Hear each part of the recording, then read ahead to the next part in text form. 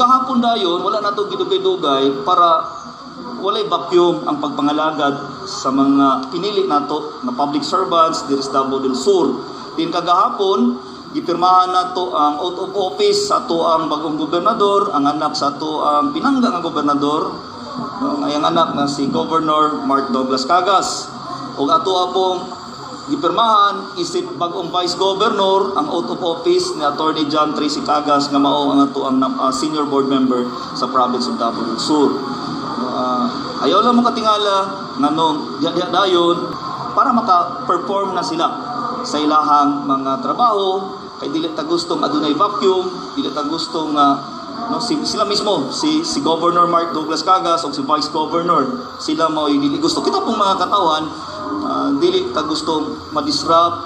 o dili mapadayon ang mga serbisyo, mga programang proyekto ni Governor Douglas Cagas pinaagi sa atong bagong gobernador o sa atong bagong Vice Governor.